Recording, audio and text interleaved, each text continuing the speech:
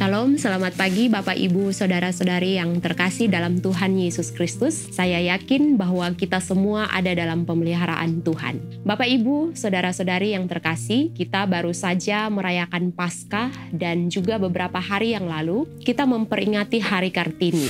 Karena itu firman Tuhan yang akan saya bagikan pagi ini masih berkaitan dengan dua hari raya itu. Mari kita membaca firman Tuhan dari Injil Lukas pasal 23 ayat 55 dan 56, lalu pasal 24 ayat 1-3 dan ayat 10 sampai dengan ayatnya yang ke-11. Demikian firman Tuhan, perempuan-perempuan yang datang bersama-sama dengan Yesus dari Galilea ikut serta dan mereka melihat kubur itu dan bagaimana mayatnya dibaringkan. Dan setelah pulang, mereka menyediakan rempah-rempah dan minyak mur, dan pada hari Sabat mereka beristirahat menurut hukum Taurat. Pasal 24 ayat 1-4, tetapi pagi-pagi benar pada hari pertama minggu itu, mereka pergi ke kubur membawa rempah-rempah yang telah disediakan mereka. Mereka mendapati batu sudah terguling dari kubur itu, dan setelah mereka masuk, mereka tidak menemukan mayat Tuhan Yesus. Lalu ayat 10 dan ayat 11, perempuan-perempuan itu ialah Maria dari Magdala dan Yohana dan Maria ibu Yakobus dan perempuan-perempuan lain juga yang bersama-sama dengan mereka memberitahukannya kepada rasul-rasul, tetapi bagi mereka perkataan-perkataan itu seakan-akan omong kosong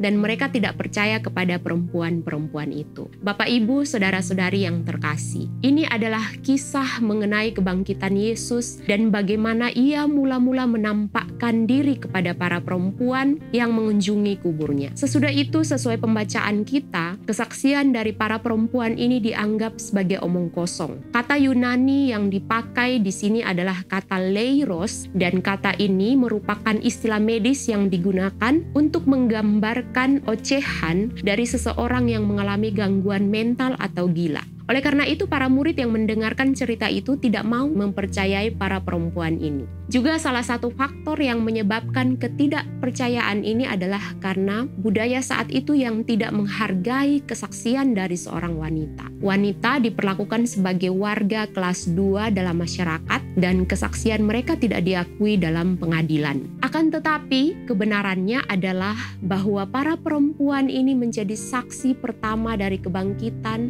dan kemenangan Tuhan Yesus atas maut. Dan karena itu mereka pergi dan menceritakan atau membagikan kesaksian mereka kepada murid-murid yang lain dengan sukacita dan berani. Bapak, Ibu, Saudara, jika kita merenungkan firman ini, sesungguhnya kita pun mengalami apa yang dialami oleh para perempuan ini. Keberadaan kita dianggap sebagai masyarakat kelas 2 oleh karena keyakinan kita. Kesaksian kita dianggap sebagai omong kosong, tidak masuk akal, bahkan terkadang dianggap gila dan tidak dapat dipercaya.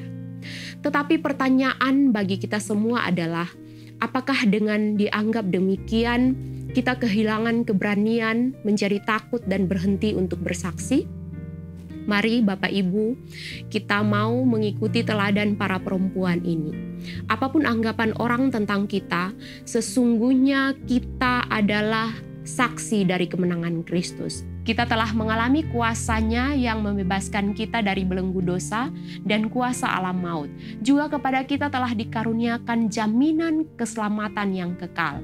Biarlah kita mengarahkan hati dan pandangan kita kepada Kristus yang telah bangkit dan dengan berani membagikan kabar kesukaan ini kepada semua orang di sekeliling kita. Mari kita berdoa. Bapa di surga, kami bersyukur karena kepada kami dipercayakan hak yang istimewa, berkat yang besar untuk menjadi saksi-Mu. Tolonglah kami, ya Roh Kudus, dengan keberanian, dengan kuasa dan otoritas-Mu, agar dengan berani, dengan penuh sukacita kami pergi dan membagikan kabar kesaksian dan kabar sukacita ini kepada banyak orang di sekeliling kami.